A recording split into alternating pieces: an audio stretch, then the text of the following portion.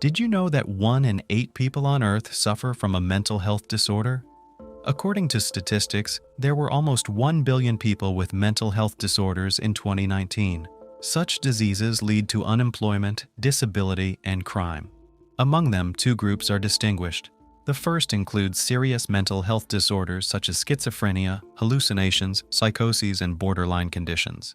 The second category is represented by neurotics and psychopaths, aggressive and demonstrative personalities. Sometimes people are unaware of their diagnosis for decades. Some of them live a normal life without causing harm to others. Therefore, the clinical diagnosis of psychopath is not made today. The disease is called otherwise character disorder or antisocial personality disorder. Of course, not all psychopaths are violent criminals, but many of them pose a threat to the well-being of another person. For example, his or her self-esteem, mental balance, or finances. Nevertheless, there are some people who are so rude and out of control that they have to serve serious sentences for the crime they committed or be hospitalized in a psychiatric hospital. The story in question happened to Nicola Edgington, a British citizen. Amazingly, a young woman suffering from mental illness has repeatedly asked the relevant authorities, including the police, to pay attention to her condition so that she did not make trouble. And what came out of it you will learn further. On October 10, 2011, an egregious incident occurred in Bexleyheath in the southeast of England. In the early hours of the morning, 2 women were attacked on a street in the town. The first victim was Kerry Clark, a 22-year-old artist. The girl was standing at a bus stop waiting for transportation. Without a hint of danger, was listening to music. At that time, she was approached by an unfamiliar woman in her 30s. Without further ado, she jumped on Kerry and stabbed her. Kerry fell to the ground in surprise. The attacker rushed at her, but the girl's reaction was faster. She grabbed the knife with her hand before the weapon reached her chest. The unconditional reflexes to survive were stronger than the situation. The victim even managed to push her abuser away. Kerry intercepted the knife, despite the pain from the blade, and began to scream. She called for help. At the same time, the girl asked her attacker what she was doing and if her head was all right. To which the woman replied that the only person with a knife in her hand on this street was Kerry herself. In addition, she demanded that she hand over the knife, which the resourceful Kerry certainly did not do. The atmosphere, as well as the conversation that took place between them, puzzled the intruder, and she fled to the other side of the street. However, the matter did not end there. While passers-by rushed to the victim, the criminal disappeared from sight. It turns out that she went into a butcher shop where she stole a knife. Then she noticed another woman standing with her back to her. Without thinking twice, she rushed towards her. The attack on 58-year-old Sally Hodkin was fierce and ruthless, striking her in the neck. The attacker practically decapitated the poor elderly woman. Before she knew it, she fell to the ground and died. The perpetrator fled the scene as quickly as she had appeared. Perhaps the accidents would have continued further if not for the arrival of the police. They managed to track down the inadequate woman through CCTV cameras. A short while later, she was arrested in one of the nearby stores.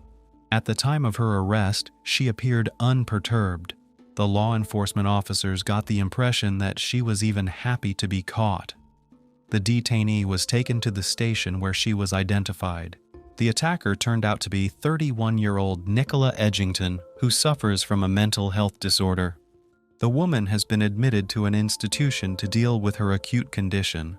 Meanwhile, detectives have launched an investigation into the case. Nicola was born on September 9, 1980, to Marion and Harry Edgington. She was the eldest among the other children, brother Tom and sister Sarah. The married couple was famous in certain circles. The father of the family was a respected foreign correspondent for the Daily Mail, a British daily newspaper. His wife was just like him, educated and charming. Tom and Sarah were quiet and obedient children. They did not cause much trouble to their parents. That could not be said of Nicola. The girl was a difficult child from an early age. Despite her angelic appearance, she possessed a devilish character. At school, She insulted her classmates, often hitting them. She studied badly and was insolent to her teachers. In addition, at home, Nicola provoked quarrels between parents. Eventually, conflicts and tension led to divorce Edgingtons. Harry moved to France, but continued to keep in touch with his children. Marion was concerned about her daughter's behavior. She repeatedly showed her to a psychologist and conducted various kinds of examinations. However, they did not give the proper result. Everything was written off on the peculiarities of the girl's character. Many years later, her brother Tom said that her sister just knew how to pretend to be normal. After the dissolution of the marriage, relations with her mother became strained. In addition, the girl had grown up. By her early teens, she had become completely uncontrollable. The young lady allowed herself to be absent from home for days at a time. Due to this, Marion repeatedly contacted the police. Once, Nicola called the social service with a request to place her in a care center. The girl complained about her mother. It is not known exactly whether she really needed help or did it out of spite. However, her wish was heard. As protective measures until the circumstances are clarified, the girl was taken away from home and placed in a specialized institution. However, there the young lady showed herself in all her glory, after which she was returned home. The social worker stated that she was a danger to other children. When Nicola returned home, her behavior only worsened. She started drinking and smoking and got involved with bad company. For this reason, Marion and her children were forced to move to Forest Row in East Sussex. The woman dreamed of starting a new life where no one knew them. In the new place, Nicola began to study in a state comprehensive school, while Tom and Sarah went to live in a boarding school. Tom later recalled that he understood his mother's circumstances. Moreover, he enjoyed life away from his inadequate sister. He realized that Nicola's behavior was destructive to the psyche and well-being of the family. Consequently, on weekends, Tom did not even want to return home. When Nicola was 15 years old, she dropped out of school. The girl did not accept her mother's request to finish her studies. She believed that she could do without education. In addition, she stopped perceiving the words of Marion. From this, their relationship became even more complicated, sometimes violent. One day, Nicola hit her mother with a cell phone. This gave the woman a black eye. The incident was reported to the police. However, Nicola only received a warning that it was unacceptable. In the end, it was decided to separate. Nicola was probably the initiator, as she had long wanted to get away from her mother's hyperparenting. Nicola settled on the south coast of England in Brighton. Rent an apartment helped her father, about whom, by the way, she spoke negatively, claiming that more than once she was abused by him. However, Mr. Edgington denied these allegations. For a short time, Nicola managed to work as a hairdresser, a sales clerk, but nowhere for a long time. Some sources claim she also made a living as a stripper. Leading a free lifestyle at the age of 17, Nicola suspected she was pregnant. A medical examination confirmed it. The doctor informed Nicola of the impending birth of twins. However, the babies were not destined to be born, as Nicola's boyfriend punched her in the stomach. At the age of 19, she got pregnant again. This time, the father of the baby was another boyfriend who was involved in the trafficking of illegal drugs. By then, Miss Edgington was also using drugs, which triggered the birth of the baby 3 months premature. Nevertheless, the boy was brought out, and Marion helped to care for him. Once out of work, Nicola continued to lead a binge lifestyle and use illegal substances. Because of this, she came under the supervision of the relevant doctors. It would seem that Nicola's life should have continued in a similar vein, but suddenly, there was a bright streak. She met a guy from Jamaica in a nightclub. He turned out to be a nice man. Subsequently, the young people got married. Another child was born in the marriage. The identity of the Jamaican is not disclosed, but it is known for sure that the period of their relationship was favorable. The man was an excellent father. He loved not only his son, but also his stepson. He was also a decent spouse. He took care of his wife, making sure she took the medication prescribed by her doctor. The medication regulated her mood, and thanks to it, Nicola became relatively calm. After a while, the woman embraced religion and joined the controversial Universal Church of the Kingdom of God. There she was persuaded that everything was the will of the Almighty, not man-made medicines. So she stopped taking them, which worsened Nicola's condition. Among other things, she was brainwashed. Poor mental health and self-injury played a cruel trick on the young woman. She began to claim that she could see demons and people disappearing into the kingdom of God.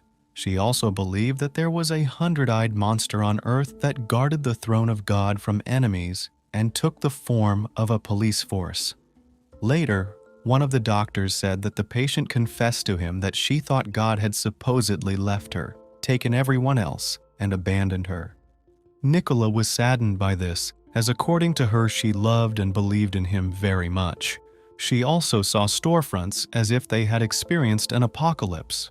In other words, she was talking religious nonsense and apparently catching hallucinations from time to time. At this time, presumably because of migration problems, her husband was forced to return to his home country. Seeing his wife's condition, he took the children with him. However, after a while, Nicola persuaded him to give up the eldest child, motivated by the fact that he is not his own father. Although the former spouse was concerned about her health, he still had to give the child to his mother. Apparently, he hoped that the grandmother would join the upbringing of the boy. Back home, Nicola became even more aggressive and violent.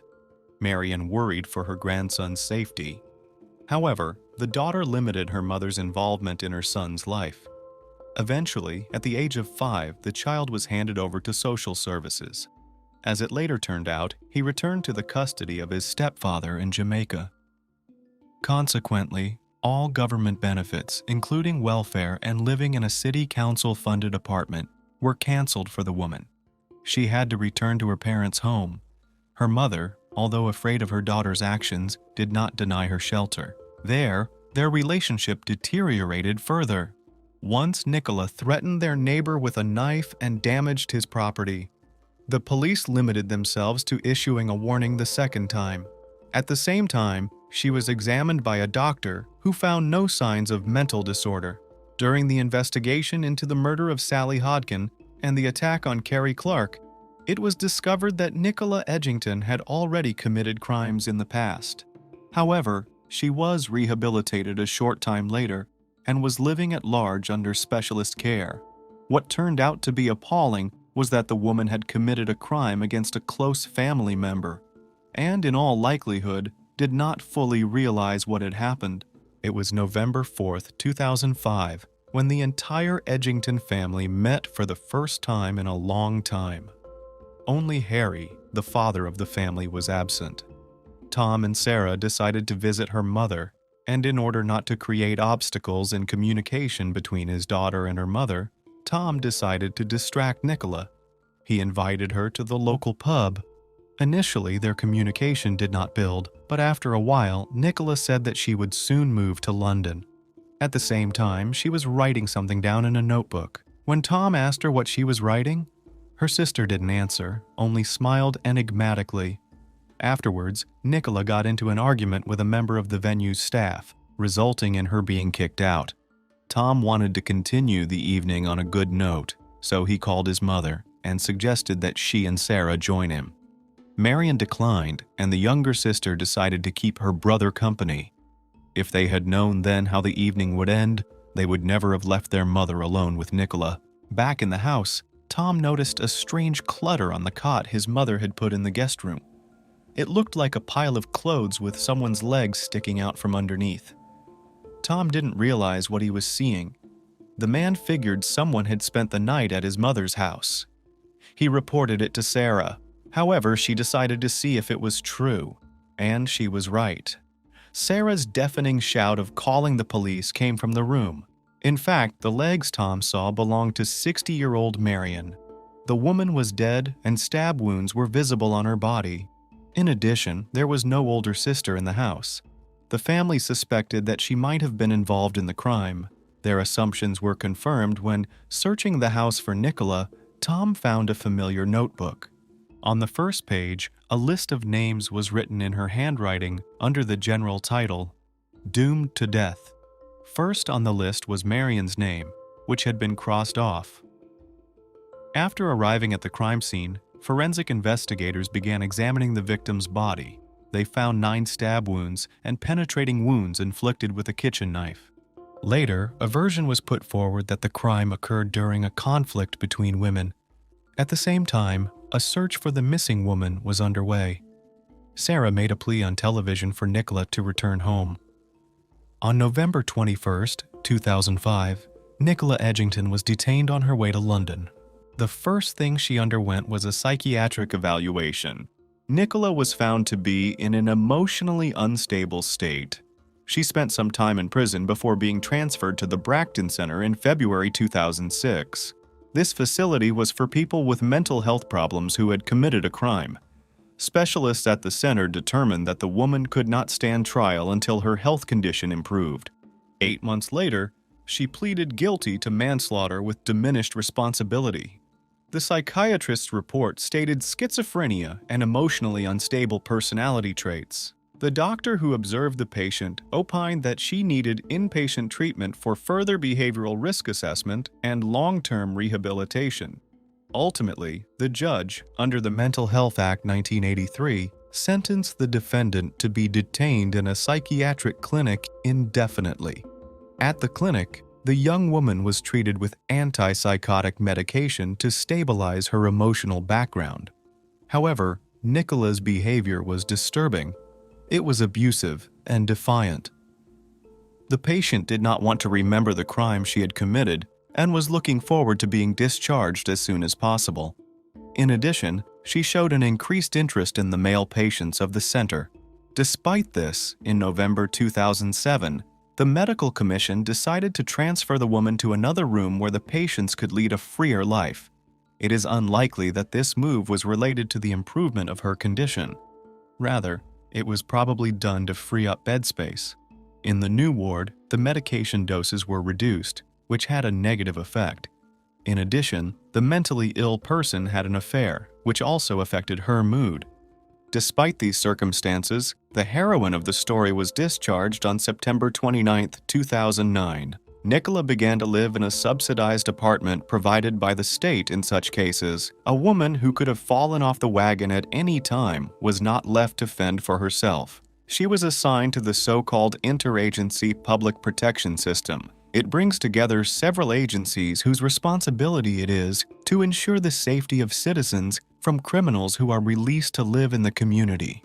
At the same time, Mrs. Edgington expressed concern about being alone at night.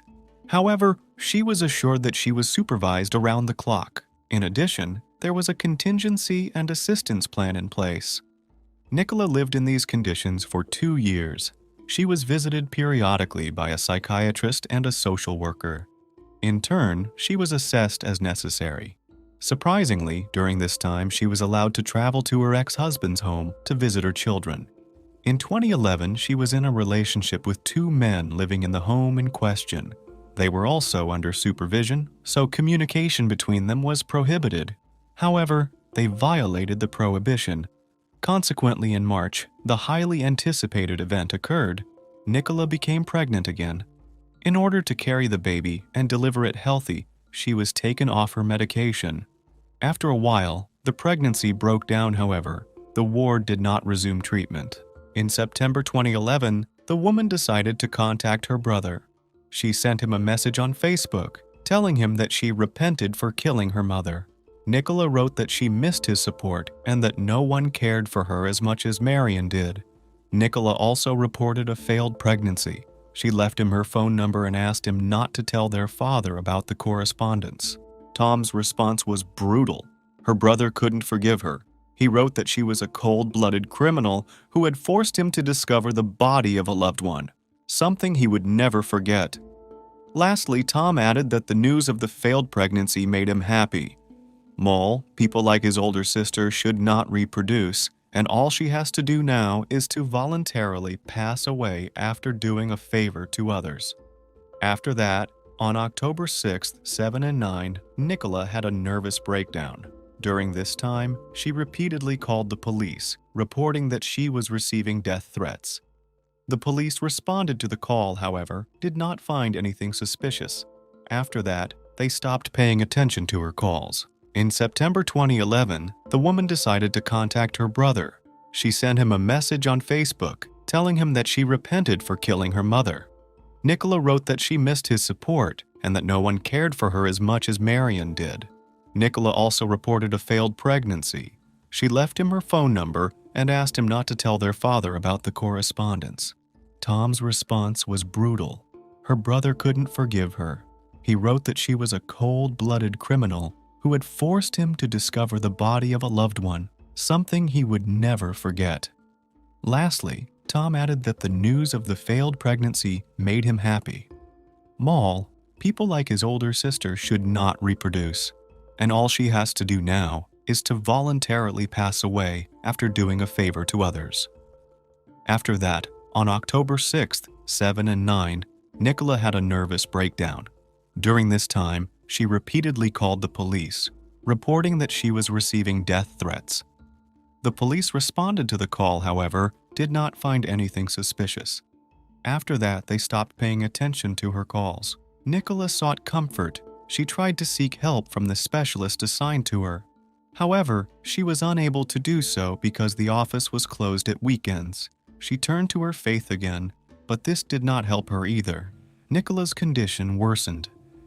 On October 10, 2011, the climax came.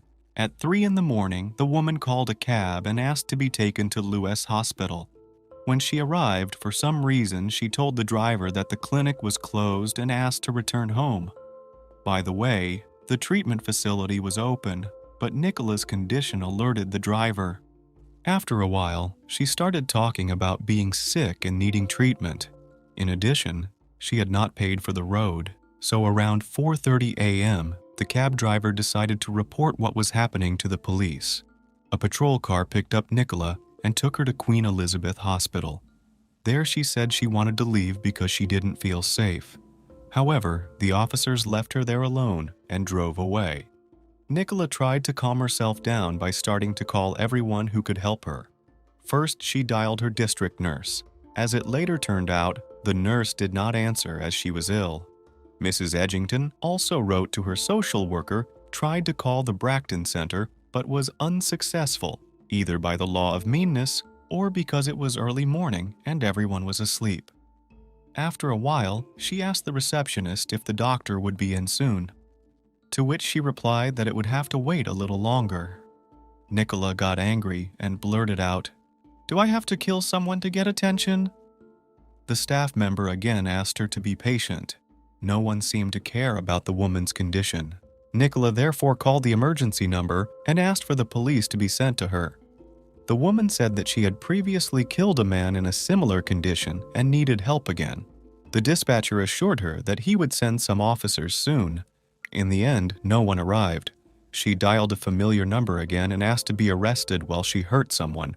Nicola repeated that she had schizophrenia and was having another attack. The police asked her where she was. She gave the address of the hospital. Then they called the clinic. The nurse assured the police that Nicola was under control. At 5:30 a.m., she was finally seen by a nurse. After another hour, Nicola was escorted to the hospital's psychiatric ward. At 6:40 a.m., the doctor on duty came to see Nicola. But he made a mistake by leaving her alone in the ward and not checking the door behind him.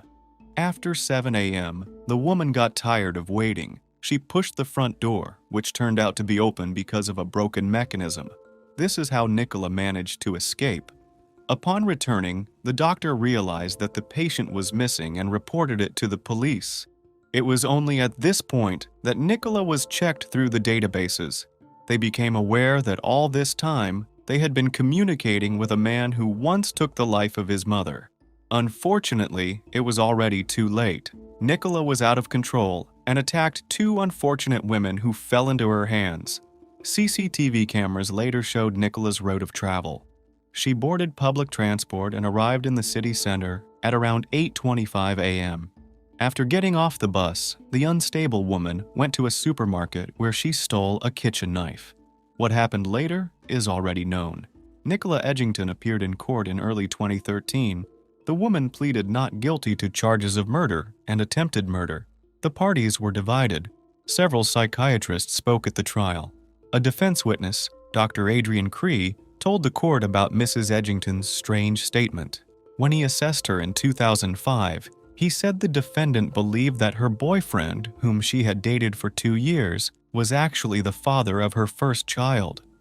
Allegedly, he returned to the UK and changed his style of dress as well as his appearance. He then started a relationship with her for a second time, introducing himself as Philip. The psychiatrist added that he was convinced that Nicola was a paranoid schizophrenic. According to the prosecution, the prevailing diagnosis of the defendant was still borderline personality disorder with rational ability. Her actions on the unfortunate day were consistent and deliberate. The prosecutor referred to a recent medical report. It indicated that there was no need for inpatient treatment for Mrs. Edgington. However, according to the defense, the woman was clearly suffering from schizophrenia and other mental problems. Therefore, her responsibility at the time of the crime was reduced. The defense lawyers reported that Nicola's condition is very serious. In turn, Nicola said that sometimes she feels like she is caught in a computer game, and the only way to keep herself safe is to be with the police.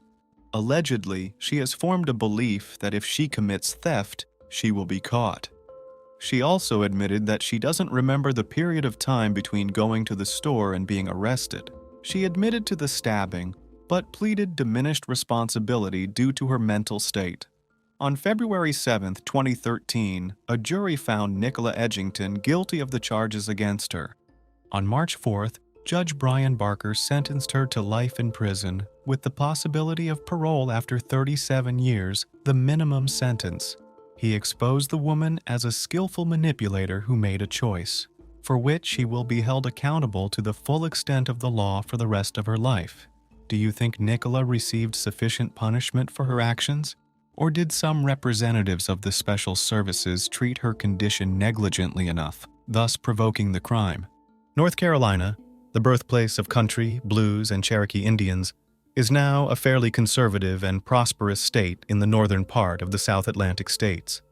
Unlike South Carolina, the state is fairly quiet in terms of crime, and if it does make the national news networks, it is more often due to snowstorms, tornadoes, and severe thunderstorms.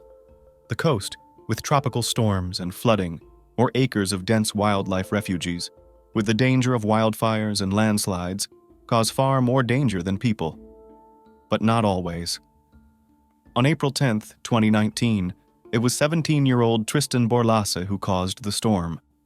The teenager, from a religious large family, rather violently massacred his loved ones at the family home in Deep Gap, North Carolina.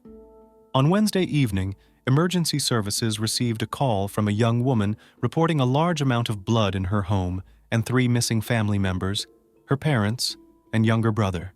She added that she couldn't reach them. Police officers responded to the call and immediately drove to Deep Gap, about a mile from the Watauga and Wilkes County border. When patrol officers reached the home, they found blood on the walkway leading to the house, on the mat by the front door, and a blood trail inside the house stretching up the stairs. Officers searching the area outside found the body of a man covered in leaves under a hammock with several stab wounds. A little later, at about 10:30 p.m., the family's pickup truck was found hidden in the woods, with the woman's body covered with a blanket and bags of mulch placed on top. A senseless, impulsive domestic tragedy. Jeffrey Borlase, Tristan's father, was born on April 16, 1975, the pastor of the conservative Pietist Bible Fellowship Church, a Protestant religious movement with Mennonite roots. The boy was brought up in an atmosphere of special importance of personal piety and the feeling of being constantly under the strict and watchful eye of God. Serious and careful study of the Bible in the meetings and moral instruction were the foundation of his upbringing. Any kind of entertainment, even laughter and colorful clothing, was frowned upon. Good works, charity, missionary work, love for the enemy, and renunciation of all kinds of violence were considered virtuous.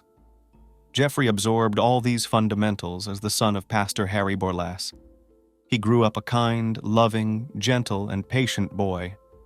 As a young man, Jeffrey got a summer job at the Big Surf Water Park, located on Lake of the Ozarks in the U.S. state of Missouri.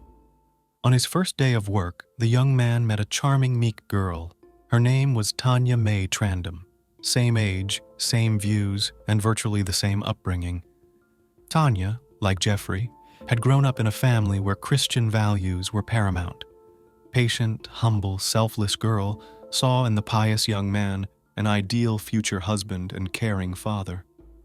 She gave Jeffrey a picture of an elderly couple holding hands and said, "That will be us one day." Jeffrey's mother, Kathy Brown, prayed that God would give her son a wife who loved the Lord with all her heart and believed her prayers were answered. The young lovers married, and their family became a continuation of the ideas in which they themselves were raised. The photo presented by Tanya was carefully kept in the family album. Quite quickly, the young couple had their first child, an adorable girl named Taylor. Then, one after another, came 3 more children. The youngest was a son, whom the parents named Tristan. Taylor became the truest big sister to her siblings. She took care of everyone, helped everyone, supported everyone, but especially the girl was friends with her younger brother. For Tristan, Taylor became the best and only friend. Despite the age difference, they were everywhere together. They played sports, were fond of music, and pranked together. Pietism believes that the task of parenting is to establish the kingdom of God in the child's heart. As the 4 children grew older, Jeffrey and Tanya decided to fulfill their Christian duty and adopted 4 more boys from the orphanage. Open, loving, and friendly, according to others, the family became even larger with a total of 8 children: Taylor, twins Kaya and Alexis, Misery, Al, Stephen, Meliku, and Tristan. According to the family's religious beliefs, children were forbidden to use cell phones and social networks until a certain age, and asceticism in needs and desires was encouraged. Boys were forbidden to date girls until the end of high school, that is, until the age of 18. Bible study and other religious matters were mandatory.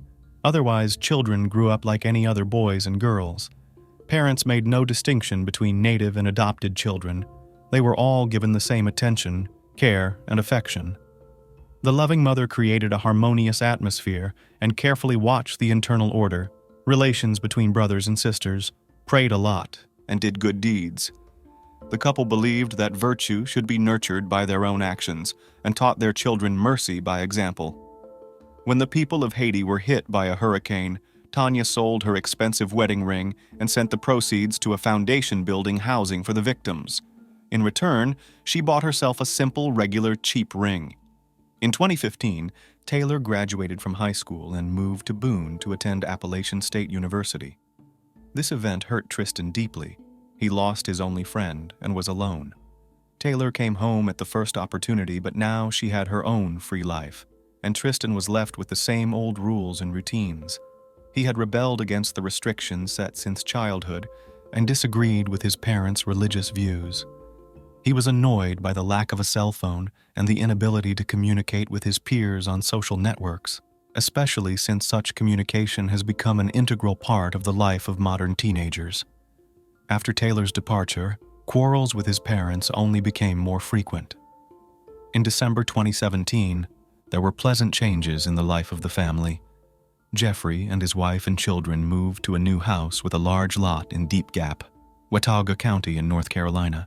The house was located on a dirt road leading into a wooded area and was much more spacious than the previous home. In addition, the new dwelling was just under 2 miles from the home of Robin, Tanya's mother, and the children's grandmother. The close proximity made it possible to call on her at any time if help was needed in looking after the youngest children.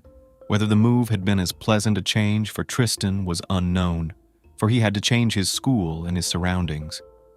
In Watauga, he went to the local high school and started track and field. Other kids took jobs as counselors at summer camps. At first glance, it might have seemed that there was never any trouble in the Borlas household, but that was not the case.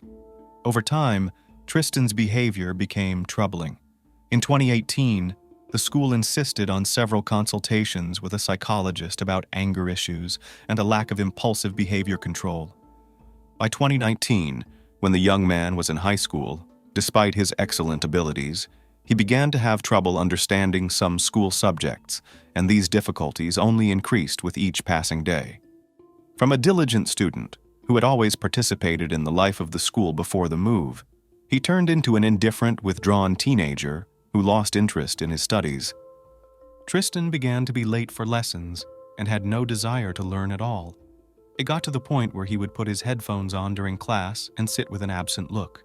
Some teachers tried to help Tristan, and he even made contact, but everything ended with unchanged indifference and lack of interest. Besides, the young man did not always behave adequately at home.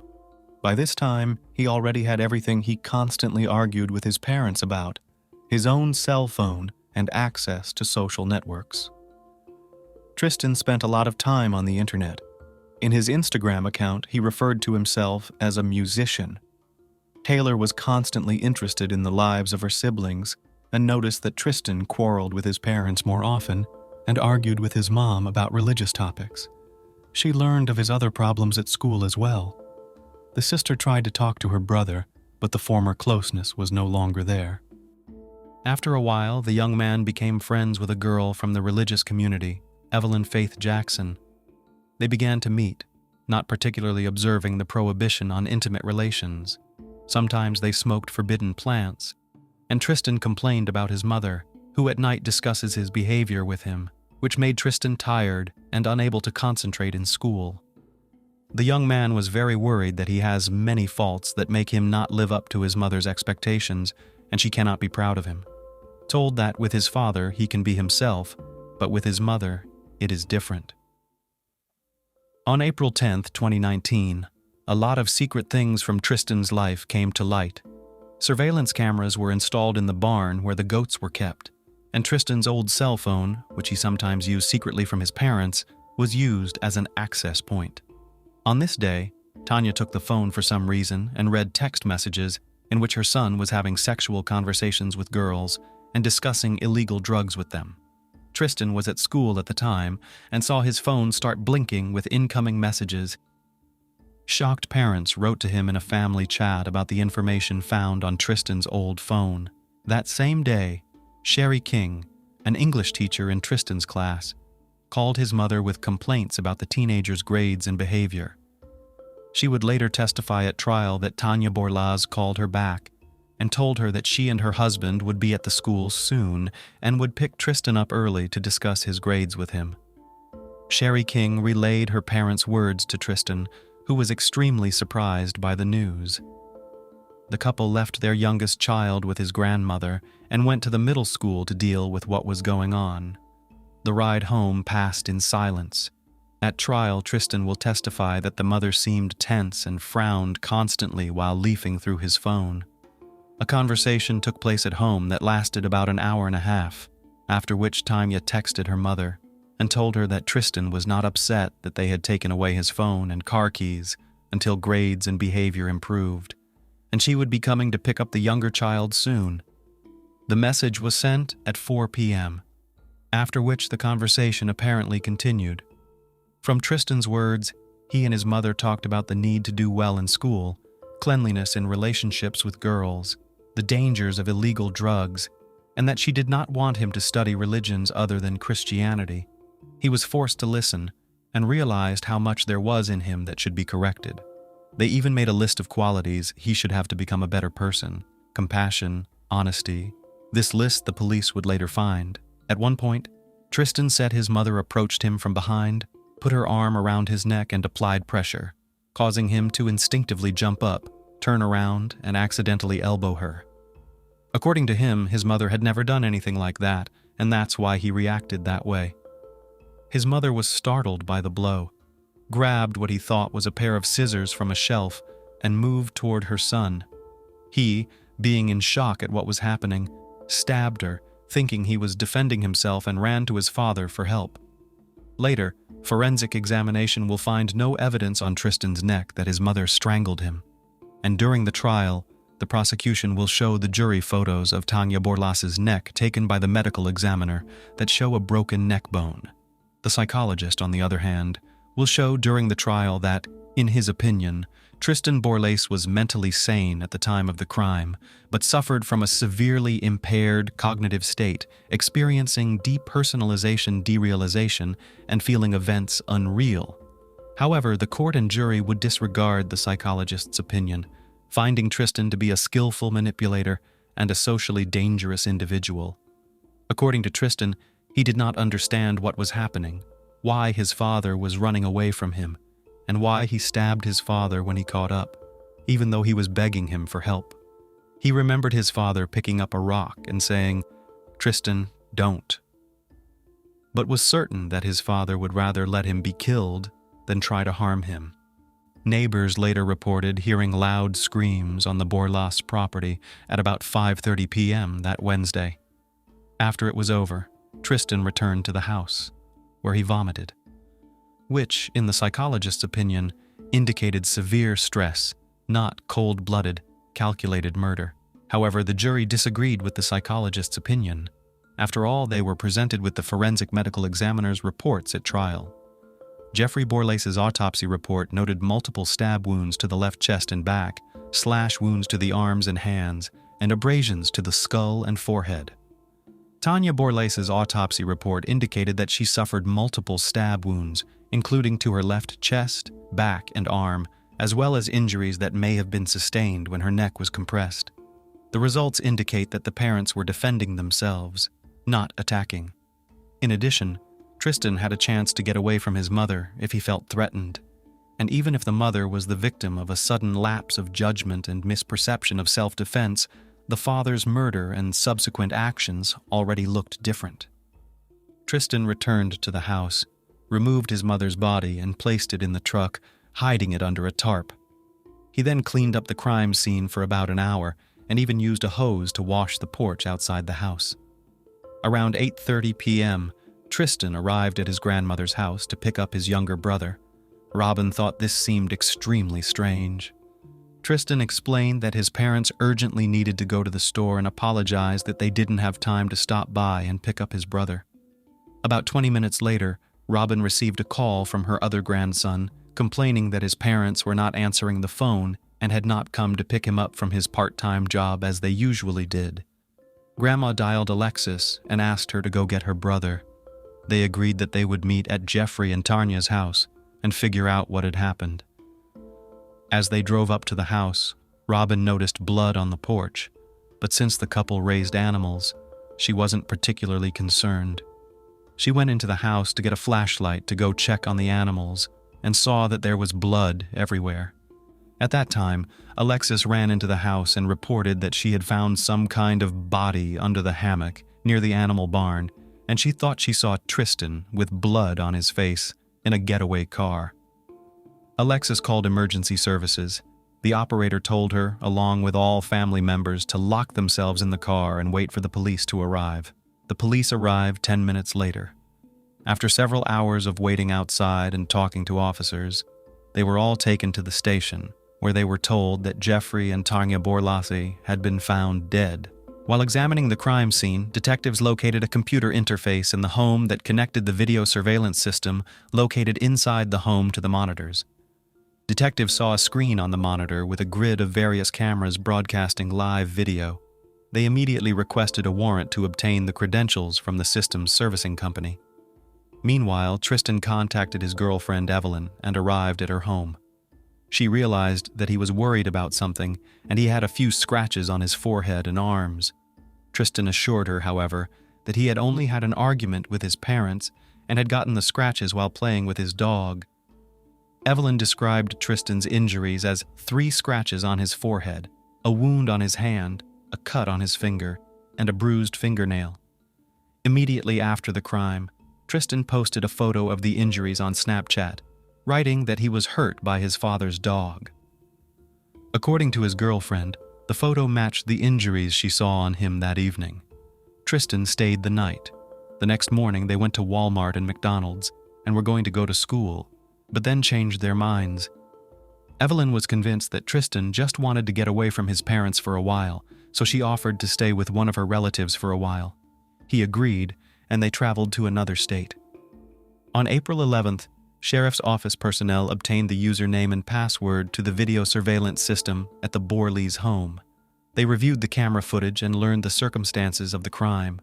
Police obtained a warrant for Tristan's arrest and turned over the details of the vehicle he allegedly drove away to the National Crime Information Center.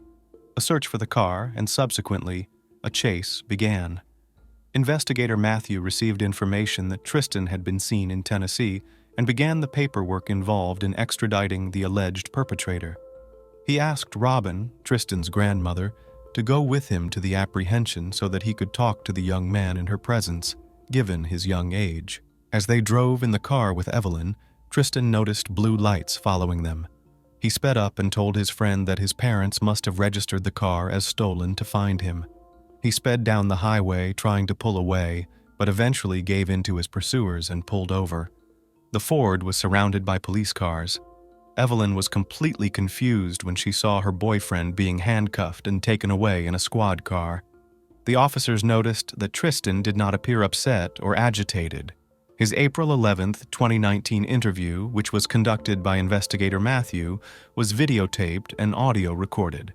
The young man answered all questions, confessed to the crime, and detailed all his actions. At times, he cried. Tristan Borlas, who was a month away from his 18th birthday, was taken into custody without bail. A little later, the sheriff's office obtained a warrant to investigate Tristan's Snapchat account and a total of 5 of his cell phones that may have contained information related to the crime.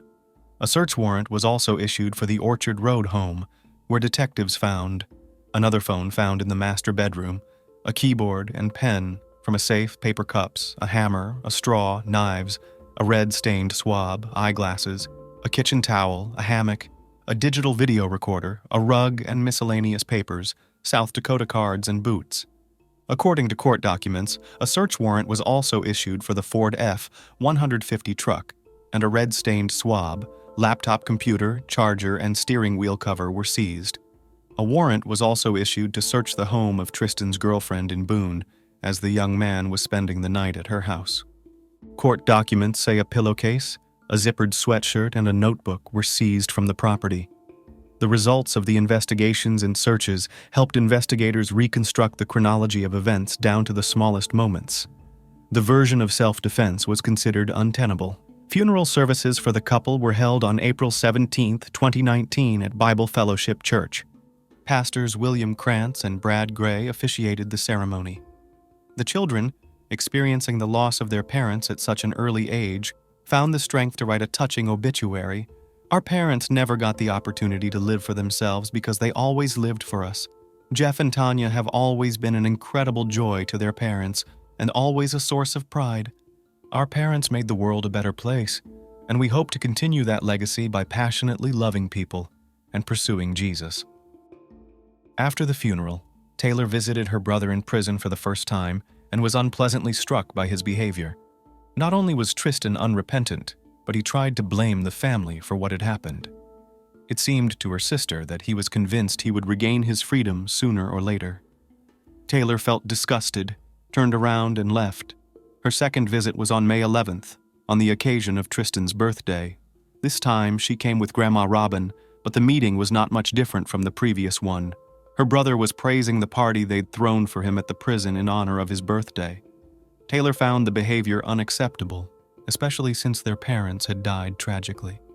After this visit, the family decided to cut off any contact with Tristan.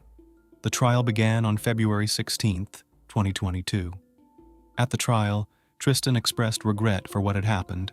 He agreed with everything his family had said about him and supported the decision for a permanent ban on contact to make the family feel safe. On March 3rd, Tristan Borlas was sentenced to life in prison without the possibility of parole on each count of first-degree murder. Judge Horn noted that mental health was somewhat of a mitigating factor, as the psychologist's report indicated that Tristan Borlas continued to suffer from anxiety, depression, and had developed symptoms consistent with post-traumatic stress disorder. However, Judge Horn stated that the psychologist found no evidence of psychotic disorders, although the anxiety and depression may indeed have been exacerbated by the continued use of illegal drugs. The most unusual fact in this story is that neither Tristan's family, nor his lawyer, nor he himself, made any statements about the motives that led to the crime. A pious family and a socially dangerous man using illegal drugs, who himself did not fully understand the reasons for what happened, or competently played the misunderstanding. That's on the one hand. And on the other hand, a self-hating young guy with low self-esteem, prone to depression, actively demonstrating symptoms of anxiety and not receiving the necessary qualified medical care. During the court session, the fact of panic attacks, which his mother helped him cope with, as she herself was prone to them, was voiced. One of the main provisions of the pedagogy of pietism: children burdened with original sin are immoral from birth, and therefore education and school should correct them, preparing them for the correct from the point of view of pietism, behavior in life, by establishing strict discipline and suppression of children's self-consciousness. Strict love is supposedly for the good. A child who may have had an inherited overreactivity of the nervous system grew up under strict limits, constantly feeling that he was not a good enough godly person. Some by nature need more love, some less. The little boy was intensely jealous, according to his older sister's recollections, of the new brothers, whose appearance shifted the parents' attention.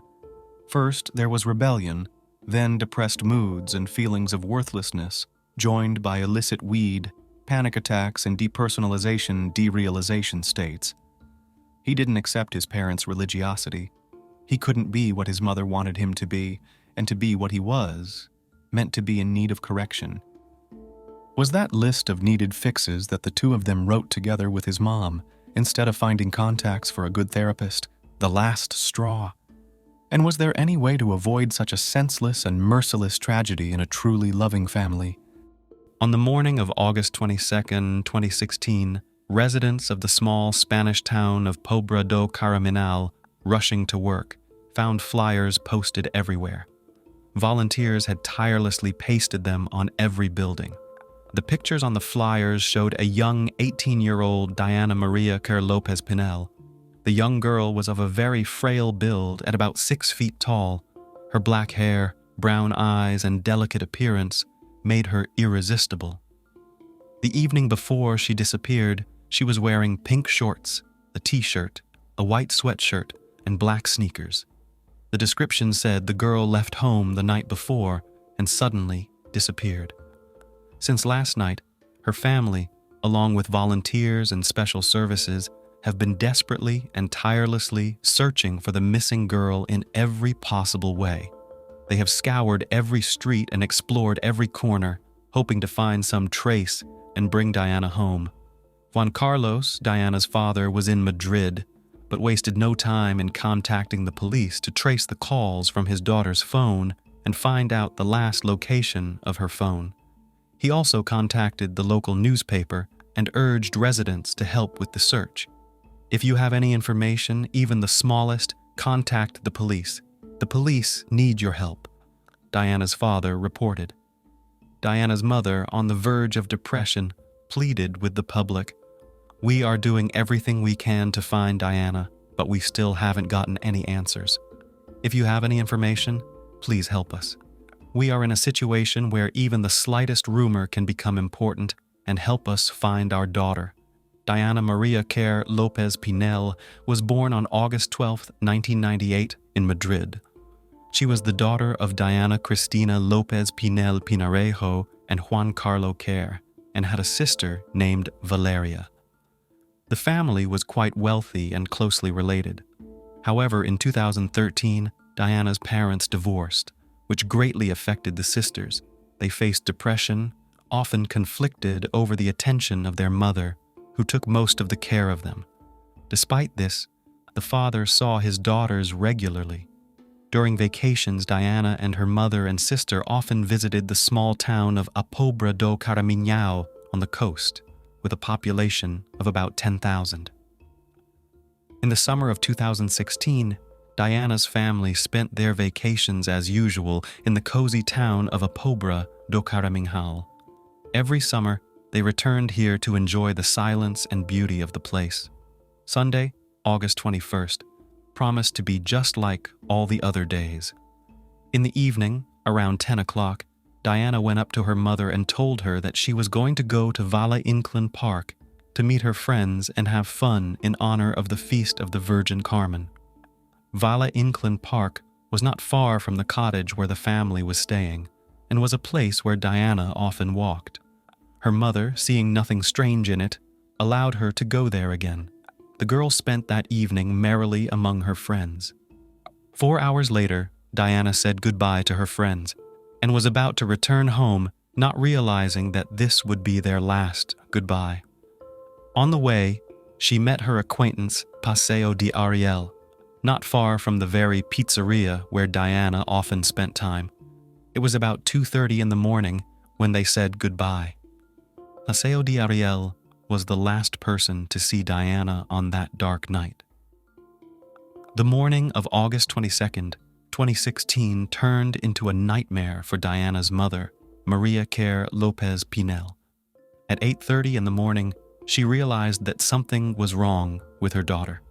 The girl hadn't come home from a party. Her cell phone was off or out of range, and this caused alarm.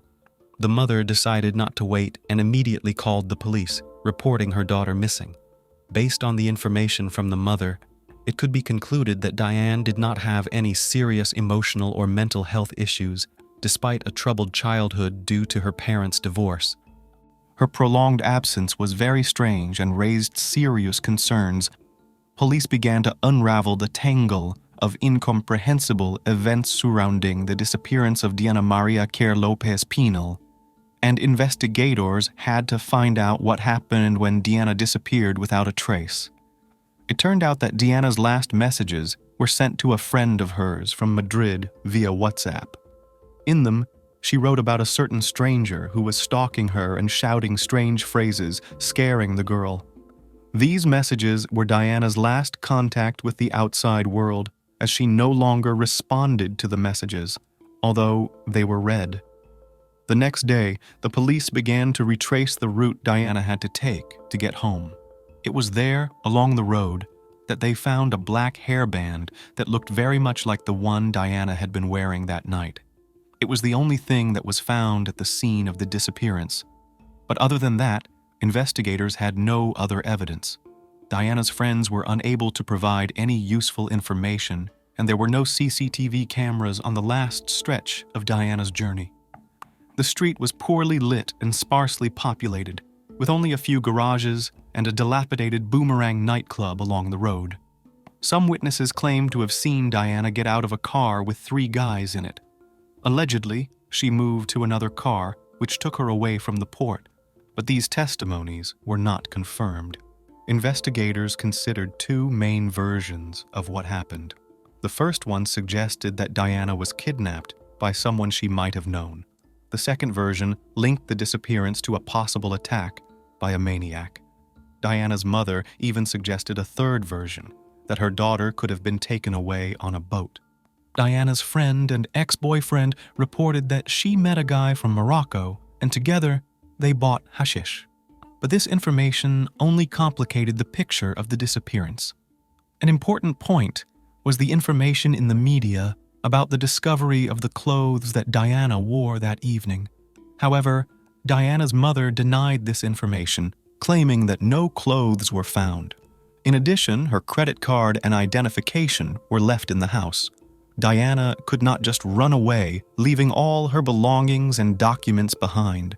This fact and other circumstances confirmed that the girl's disappearance was not of her own free will. Nevertheless, the case still remained mysterious and could not be solved. Shortly after Diana's disappearance, the press reported on the quarrel that broke out between Diana and her mother just a few days before the tragic event. The media claimed that Diana had suffered a nervous breakdown that required medical attention, and that her younger sister, Valeria, had also been hospitalized with the same symptoms. To prevent further litigation and conflict, custody rights to the younger sister were transferred to the father on Thursday, September 1st. This was a preventative measure to avert further strife in the local community, which was already gripped by an unsettling atmosphere over Diana's disappearance. The father and his daughter left town, and rumors began to spread that the family was hiding something important. According to Diana's friends, running away from home was commonplace for the sisters, especially for her younger sister, Valeria, who was only 16 years old. Relationships in the family were complicated, and quarrels between mother and daughters were not uncommon. This information became available to the public, and the question immediately arose, why was the mother so anxious when Diana did not return home, if the girl had previously often left home? On Wednesday, August 31st, Diana's parents did not show up for a scheduled press interview where they were scheduled to give details of the investigation. The family lawyer explained that the parents were emotionally crushed at the thought that they might never see their daughter again. The newspaper El Mundo published an article on September 11 that shed light on other aspects of the family's life. It said that the mother's words that Diana did not have mental problems were contradicted by information about her April disappearance. At the time, Diane left home for 3 days and her mother did not contact police. The girl would turn off her phone to anger her mother and said she no longer wanted to live with her. Letters written by Diana and Valeria to each other also appeared in the press. From them, it became clear that both sisters were going through serious emotional problems. Valeria has even been hospitalized several times over the past year, once having to have her stomach pumped due to an overdose of prescription drugs. In the absence of progress in the investigation into Diana's disappearance, prosecutors have launched an investigation into the abuse of the Lopez Pinel family's youngest daughter, Valeria. The investigation into Diana Care's disappearance continued to be intense and progressed at full speed. Forensic experts seized a number of items belonging to the girl, including a toothbrush, a comb, a personal computer, her diary, and some prescription drugs. These items were subjected to a thorough analysis. Investigators then began questioning Diana's acquaintances, including a young Moroccan man with whom Diana had a brief affair. All of these measures failed to yield the desired results, and further police searches remained unsuccessful. The police conducted extensive searches in the mountains, forests, rivers, and lakes near the site of the disappearance. However, it appears that Diana disappeared around 3 a.m., and the last signal from her phone was found in the Tarragona area, 13 miles from where the family was staying. 72 days after her disappearance, Diana Care's case remained a mystery. None of the investigators' leads have yet been confirmed. In addition to a hairband, police found a cell phone that matched the description of Diana's phone. Her father confirmed that it was his daughter's cell phone. 2 months after her disappearance, Diana's Facebook profile was suddenly activated. Friends and relatives immediately notified the police and provided screenshots. It turned out that the Remind Password function had been used to avoid entering profile login details. This left 2 theories. Either Diana had forgotten her password, or the attacker was trying to gain access to her profile. Diana's phone was a key element in the case, however, it was never able to shed any light on the mysterious disappearance. On November 10, 2016, the driver of the very car in which Diana was allegedly last seen was finally identified. The man had previously been detained on charges of human trafficking. Information about his involvement in Diana's disappearance was kept secret for a long time so as not to disrupt the investigation. His wife claimed that he was with her that night, which excluded him from the list of suspects. However, on December 25, 2017, an incident occurred that became a key point in the investigation. One of the girls was attacked by a man, demanding her phone and threatening her with a weapon. The terrified victim screamed, and a couple passing by came to her aid. They rescued the girl from the thug who tried to pull her into a car. The shaken victim immediately contacted police, providing a description of the perpetrator and his license plate number. The next morning, police arrested 41-year-old Jose Enrique Abingay, who was also known as El Chico. The man already had a criminal past.